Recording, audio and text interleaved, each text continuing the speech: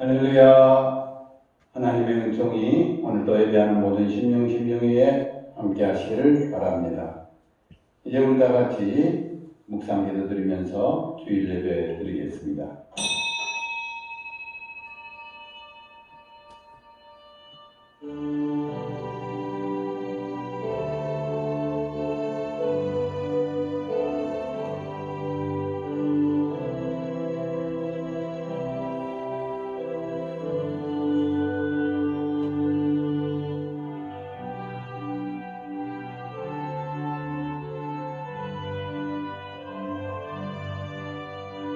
여호와를 경외하며 그의 길을 걷는 자마다 복이 있도다.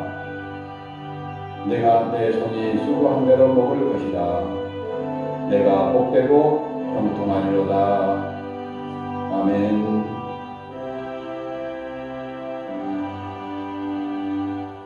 이제 우리 다 같이 일어서서 찬송가 3장 함께 찬송하시겠습니다.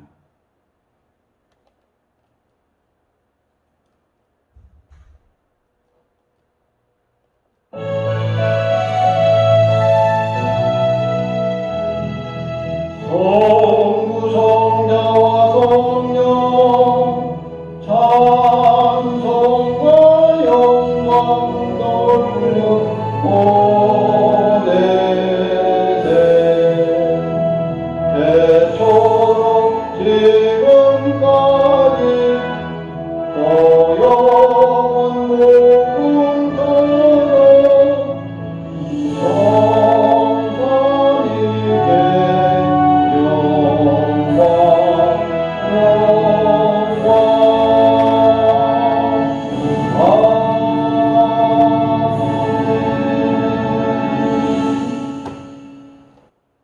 이제 우리 다 같이 참여하는 기도를 드리겠습니다.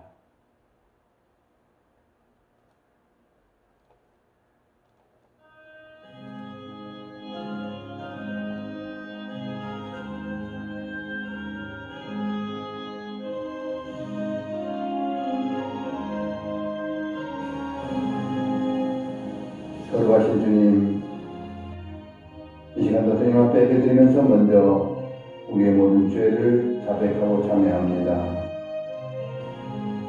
우리의 죄를 예수 그리스도의 어린 양보의 피로 씻어주시고 주의 성령으로 정결케 하소서.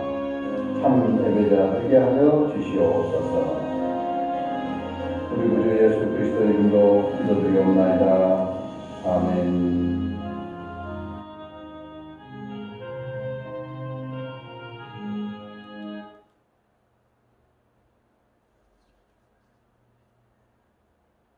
교도문 제54번 함께 교도하시겠습니다.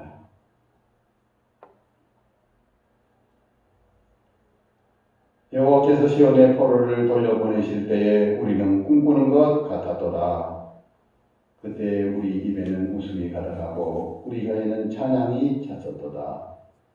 그때 문나라 가운데에서 말하기를 여호와께서 그들을 위하여 큰 일을 행하셨다 하였도다. 여호와께서 우리를 위하여 큰 일을 행하셨으니 우리는 기쁘도다. 여호와여, 우리의 포로를 남방 시내들같이 돌려보내소서. 눈물을 흘리며 씨를 뿌린 자는 기쁨으로 거두리로다. 울며 씨를 뿌리러 나아가는 자는 반드시 기쁨으로 그 곡식단을 가지고 돌아오리로다. 아멘. 나는 전능하신 아버지 하나님 천지의 창조주를 믿습니다. 나는 그의 유일하신 아들 우리 주 예수 그리스도를 믿습니다. 그는 성령으로 잉태되어 동정녀 마리아에게 나시고 본디오 빌라도에게 고난을 받아 십자가에 못 박혀 죽으시고 장사된 지 사흘 만에 죽은 자 가운데서 다시 살아나셨으며 하늘에 오르시어 전능하신 아버지 하나님 우편에 앉아 계시다가 거기로부터 살아있는 자와 죽은 자를 심판하러 오십니다. 나는 성령을 믿으며 거룩한 공교회와 성도의 교제와 죄를 용서받는 것과 몸의 부활과 영생을 믿습니다. 아멘.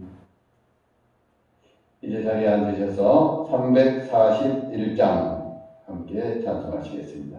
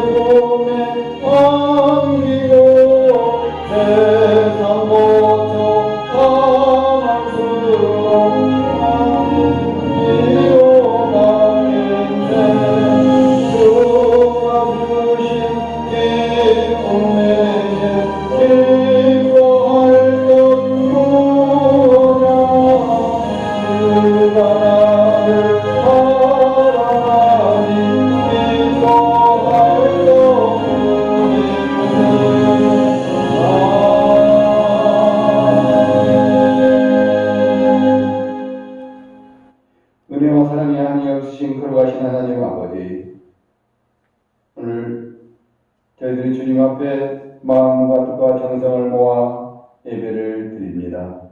예배하는 모든 심령 위에 하늘의 신령한 은혜와 이 땅의 기름진 복을 다하여 주시옵소서. 무엇보다도 우리가 예배할 때에 형식적인 예배가 되지 않게 하시며 정말로 우리의 영혼이 하나님의 거룩한 영을 만나 배우는 영적인 교제를 갖는 귀한 산 제사의 시간이 되도록 역사하여 주시옵소서. 아버지 하나님, 지금 여러 가지로 세상이 힘들고 어렵습니다.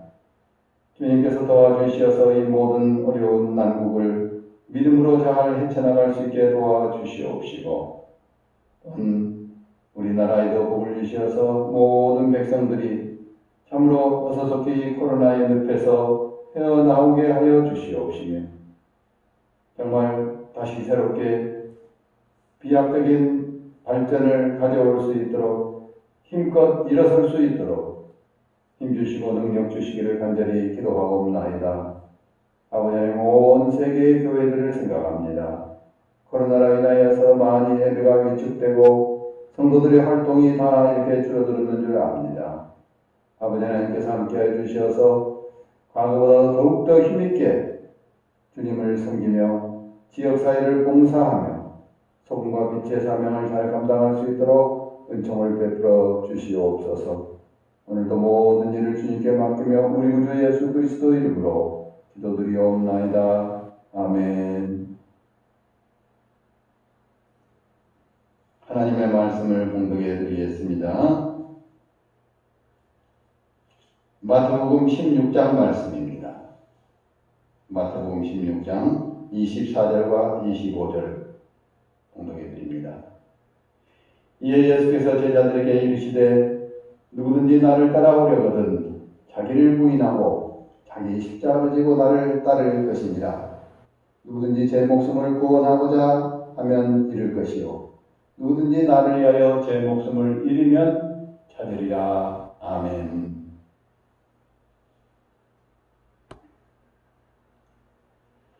아프리카의 원주민들이 강을 건너가기 전 무거운 돌을 들고 강을 건너는 것을 보게 되었습니다. 그것을 본 사람이 묻습니다. 예, 그 무거운 돌을 강을 건널 때 들고 걷습니까? 그렇게 물었더니 그 원주민이 대답하기를, 이렇게 무거운 돌을 들고 가게 되면은 강 속에서 이 센 금물살 가운데서도 그 발이 헛디뎌지지 않고 잘 건너갈 수 있기 때문에 이 돌을 들고 이렇게 강을 건너고 또다시 또 건너가기 전에 그 돌을 들어서 원래 있던 곳으로 또 가서 그 돌을 놔두고 갑니다. 이렇게 말하는 것이었습니다. 오랜 경험 가운데 그 짐이 자기를 위해서 오히려 도움이 된다는 것을 깨달은 삶의 지혜였던 것입니다. 화물차를 운전하시는 분들에게 들어보게 되면은 화물차가 빈 차로 갈 때보다도 적당히 너무 많은 짐을 싣고 가면은 어렵지만은 적당한 짐을 싣고 가면은 오히려 차가 더 잘 가고 또 안정적으로 운전할 수 있다. 그렇게 말을 합니다. 그러고 보면은 짐이 마냥 나쁜 것만은 아닌 것 같습니다. 외경 성경 말씀에 이와 비슷한 이야기가 있습니다. 예수님께서 제자들에게 산에 올라가기 전에 다 돌멩이를 하나씩 들고 가라 그러십니다. 어떤 사람은 작은 것, 어떤 사람은 큰 것, 어떤 사람은 주먹 안에 들만한 조그마한 것, 이렇게 이제 가지고 갔습니다. 산에 다 올라가셔서 예수님께서 다 기도를 하고 나게 되니까 그 돌멩이가 빵으로 변하더란 것입니다. 그래서 점심을 먹는데 조그마한 돌멩이를 가지고 온 사람들은 그저 조그만 밖에 먹을 수가 없었고 그 큼지막한 돌멩이를 가지고 온 사람들은 놀라울 때는 무거웠지만 또 배부르게 양껏 점심을 먹을 수 있었다 합니다. 작은 돌을 가지고 꾀를 부린 제자는 거기에 대한 교훈을 많이 받게 된 것입니다. 오늘 본문 말씀은 예수님께서 제자들에게 자신이 십자가에 달려 돌아가실 것과 부활하실 것에 대해서 말씀하시게 되자 베드로가 예수님은 막 꾸짖으면서 예수님 절대 그렇게 할 수 없습니다 라고 항변을 했습니다. 그때 예수님께서 오늘 말씀을 주신 것입니다. 이에 예수께서 제자들에게 이르시되 누구든지 나를 따라오려거든 자기를 부인하고 자기 십자가를 지고 나를 따를 것이니라. 누구든지 제 목숨을 구원하고자 하면 잃어버릴 것이요 제 목숨을 잃으면 찾으리라 라고 말씀하셨습니다. 오늘 주신 귀한 말씀 속에서 오늘 이 말씀 우리의 신앙에 적용해 보면서 은혜를 함께 나누고자 합니다. 먼저 우리가 알 것은 인생은 모든 사람에게는 누구나 자기 십자가가 있다, 자기 짐이 있다 하는 것을 알아야 하겠습니다. 사실 사람이 이 세상에 태어나면서 죽을 때까지 있는 인생의 모든 일들은 적당한 자기의 짐입니다. 여기서 아무것도 하지 않고 또 아무런 영향을 다른 사람에게 미치지 아니하고 자기만 그냥 이렇게 살아가려고 하면은 그런 이기적인 마음을 갖게 되면은 오히려 자기 자신도 힘들어지게 된다는 것입니다. 누구든지 남에게 짐이 되지 않으려면 자기가 자기 짐을 먼저 져야 하는 것입니다. 오늘 예수님께서 하신 말씀처럼 자기 십자가를 져야 힘이 생기고 또 건강해지고 이렇게 자기가 가는 길을 의미 있게 보람 있게 갈 수 있는 것입니다. 짐이 없는 사람은 없습니다. 누구나 이 세상에 태어나서 자기 짐을 감당하다가 저 세상으로 가는 것입니다. 인생 자체가 하나의 짐입니다. 가난해도 가난이 짐이 되고 또 부유해도 그 재물이 자기에게 짐이 되는 것입니다. 질병도 짐인 것이 분명하지만 너무 건강해도 건강한 것 자체도 자기에게 짐이 될 수 있는 것입니다. 가난해도 짐도 되고 부유해도 짐도 됩니다. 또 권세도 짐이 될 수 있고 책임이라는 짐도 인생에는 주어집니다. 만남 속에서도 인간과 인간의 이 관계 속에서도 사람들은 적당한 짐과 스트레스를 받으면서 함께 스트레스를 주고 스트레스를 받으면서 살아가게 되는 것입니다. 살면서 부닥치는 모든 일들 중에 짐 아닌 것이 사실은 하나도 없다고 생각하면 맞습니다. 그런데 간혹 보게 되면 남에게 얹혀서 살라고 하는 사람들이 있습니다. 우리 한국 영화 중에 기생충이라는 거 있었죠? 이거 다른 사람에게 빌붙어서 살아가는 인생을 그렇게 제목을 붙여서 표현했습니다. 그러나 여러분 기생충이 강해지고 기생충이 많아지면 어떻게 될까요?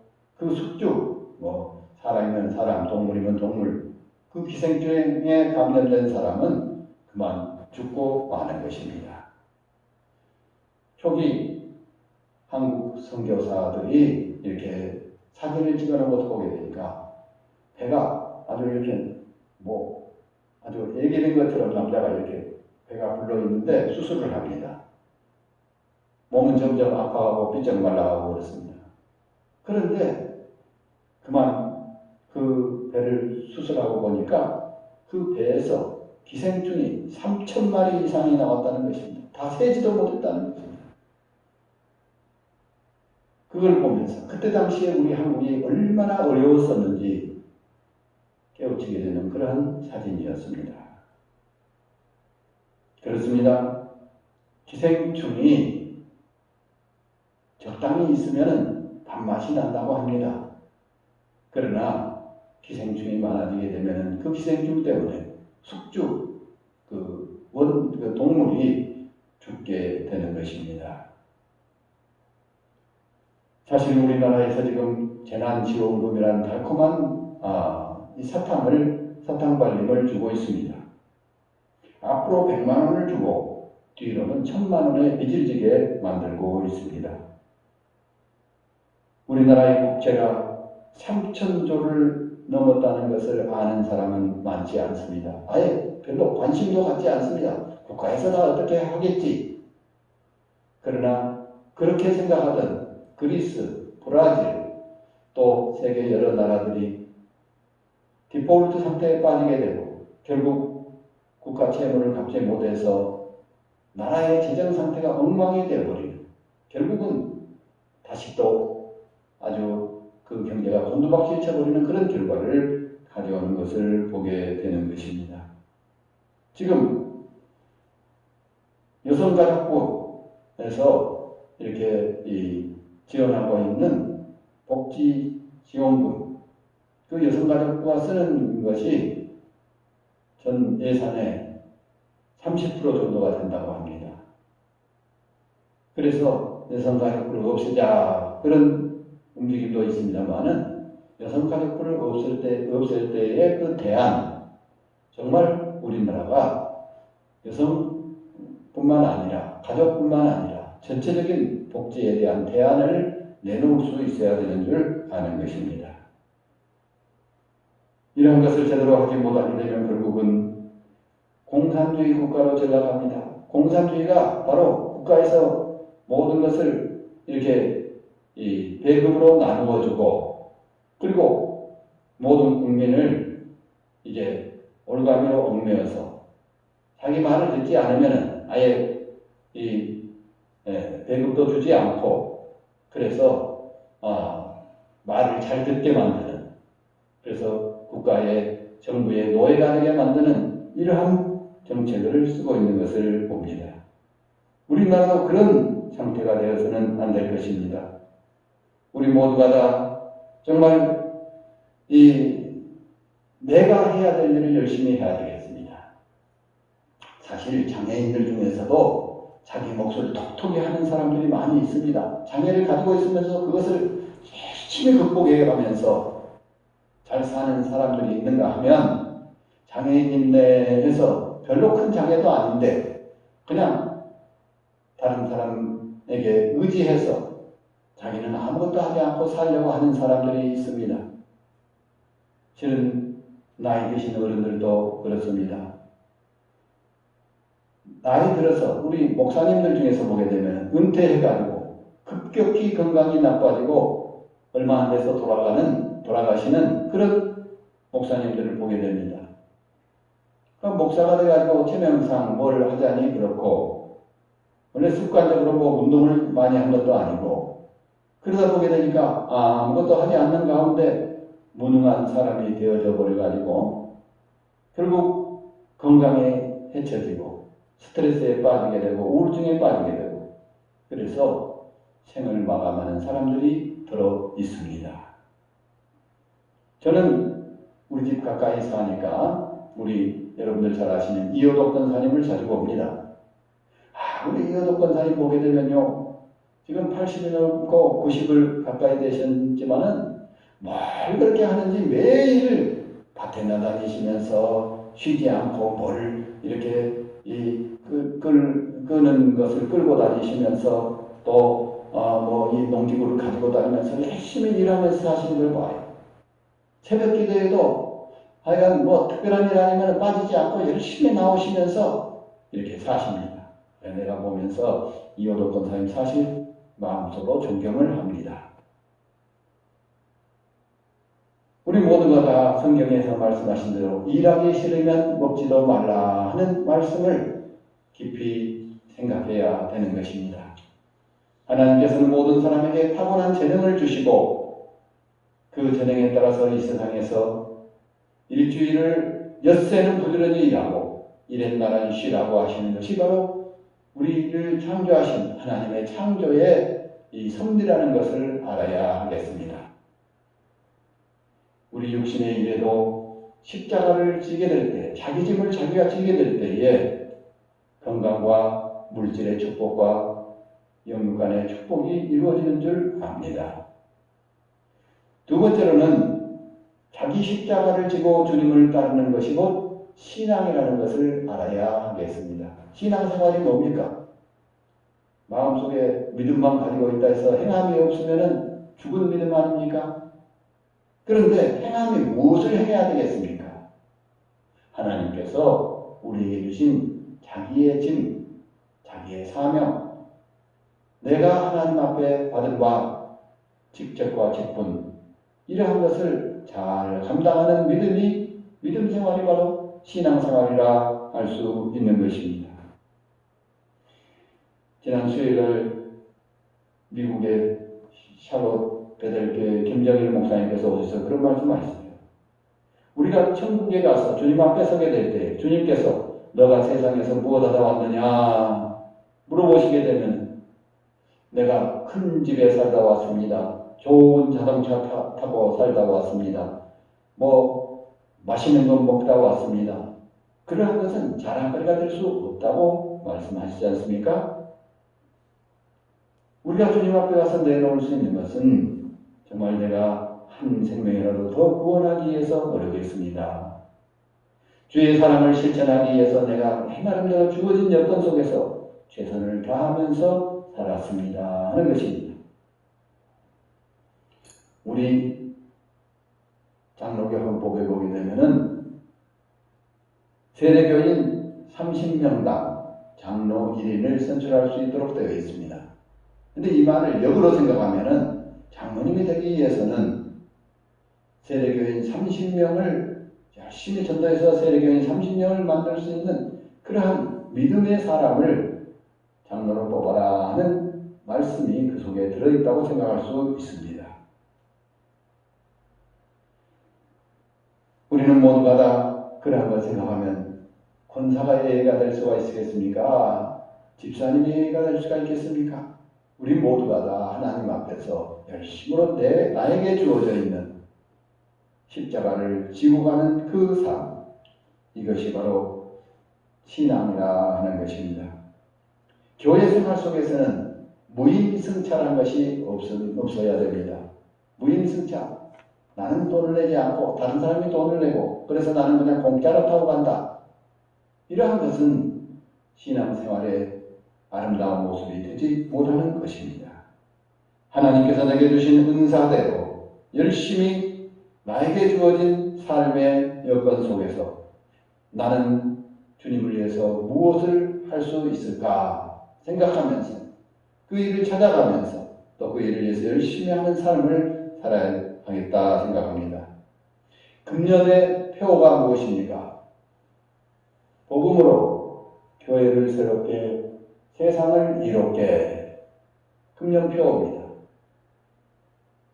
이것을 이렇게 앞에서부터 읽어보면은 우리가 복음을 생활을 열심히 해서 그래 교회를 새롭게 하고 교회가 새롭게 돼서 지역사회를 이렇게 해야 되겠구나 이렇게 생각할 수 있지만 열매를 갖고 생각한다면 뭔가 지역사회를 이롭게 하기 위해서 교회가 변화되어야 된다는 것이고 교회가 변화되는 과정 속에서 필요한 것이 복음이다 하는 것을 우리에게 역설적으로 말해주고 있습니다.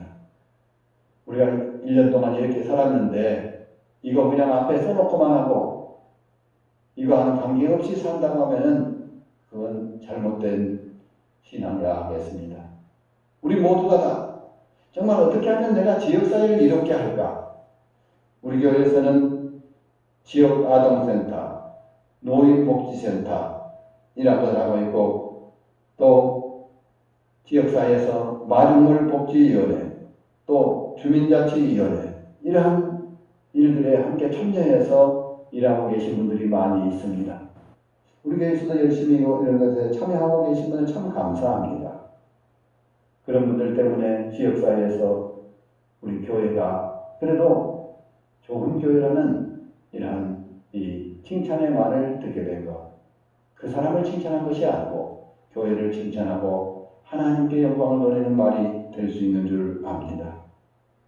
정말 우리가 지역사회에서 소금과 빛의 사명을 잘 감당하는 이 일을 하면서 성도들이 적극적으로 이 일에 동참하게 될 때 이것이 하나님 앞에 신령한 은혜와 복을 받는 지름길이 될 수 있는 줄 압니다. 주님의 일을 하고 교회 일을 하면서 우리 모두가 다 영적으로 더욱 힘있고 건강한 주의 백성들이 되시기를 바랍니다.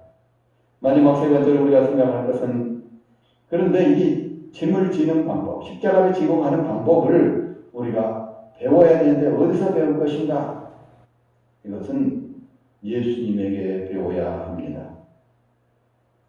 마태복음 11장 28절 지난번에 설교 말씀드렸죠. 수고하고 무거운 짐진 자들아 다 내게로 오라. 내가 너희를 쉬게 하리라 하시거든. 나는 마음이 온유하고 겸손하니 나의 멍에를 메고 내게 배우라. 그리하면 너희 마음이 힘을 얻으리니 이는 내 멍에는 쉽고 내 짐은 가벼움이라. 나의 멍에를 메고 내게 배우라. 내 멍에는 쉽고 내 짐은 가볍다고 주님께서 말씀하셨습니다. 우리 주 예수님은 세상의 모든 사람의 죄의 짐, 가장 힘들고 어려운 짐을 다 지고 십자가를 지셨습니다. 그 주님 안에서 우리가 십자가를 지고 따르는 길이라고 하는 것은 사실 십자가를 진다는 그 십자가를 질 때 그 자체가 뭐냐면은 사형 선고를 받은 사람이 십자가를 지는 것입니다. 십자가를 지고 따르라 하는 말씀 속에는 내 자신을 죽이고 정말 내 자신을 주님 앞에 희생하는 마음의 각오를 갖고 주님을 따르라는 말씀이 들어있는 줄 압니다. 정말 우리가 기쁜 마음으로 짐을 지게 되면 언젠가 짐을 풀어놓게 될 때 그 짐의 무게만큼보다 더 보람있고 큰 행복을 얻게 될 수 있는 줄 믿습니다. 짐을 지게 되면 자연적으로 걸음걸이가 조심스러워지고 고개가 숙여지고 허리가 굽혀집니다. 겸손해진다는 말입니다. 갈라디아서 5장 1절로 5절에 말합니다. 너희가 짐을 서로 지라. 그리하여 그리스도의 법을 성취하라. 만일 누가 아무것도 되지 못하고 된 줄로 생각하면 스스로 속임이니라.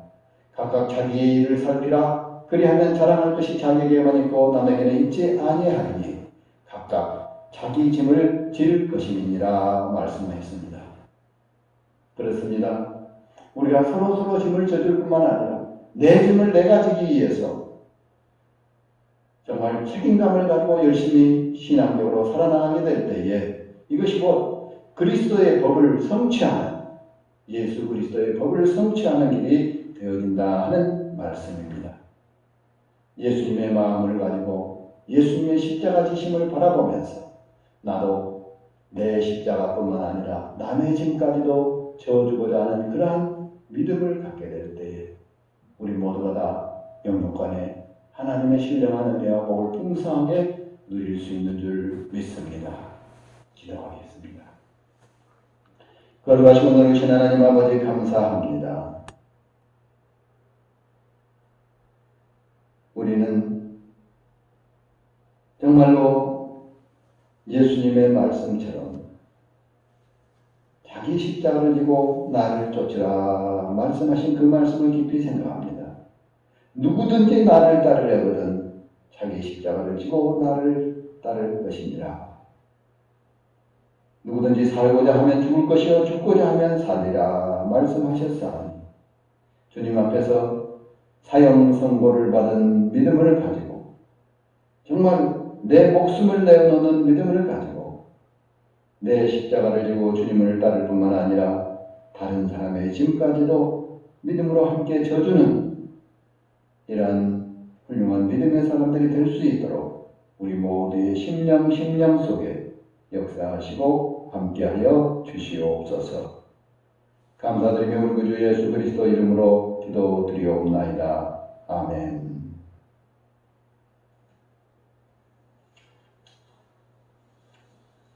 이제 우리 다 같이 일어서서 찬송가 339장 1절과 2절을 함께 찬송하시겠습니다.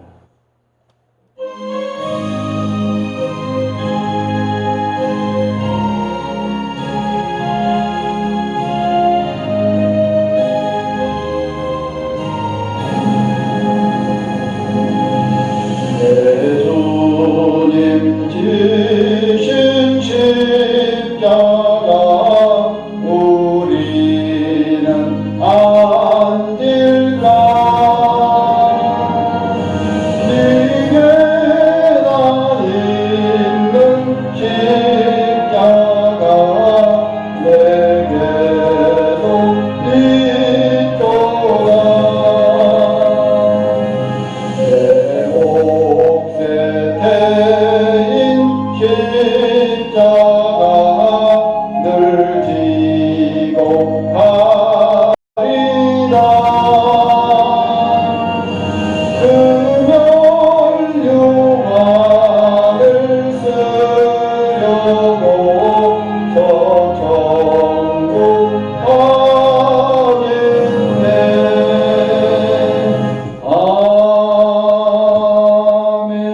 아멘. 이제는 십자가를 지시고 골고다에서 물과 뼈를 다 흘리시며 우리에게 본을 보이신 우리 구주 예수 그리스도의 은혜와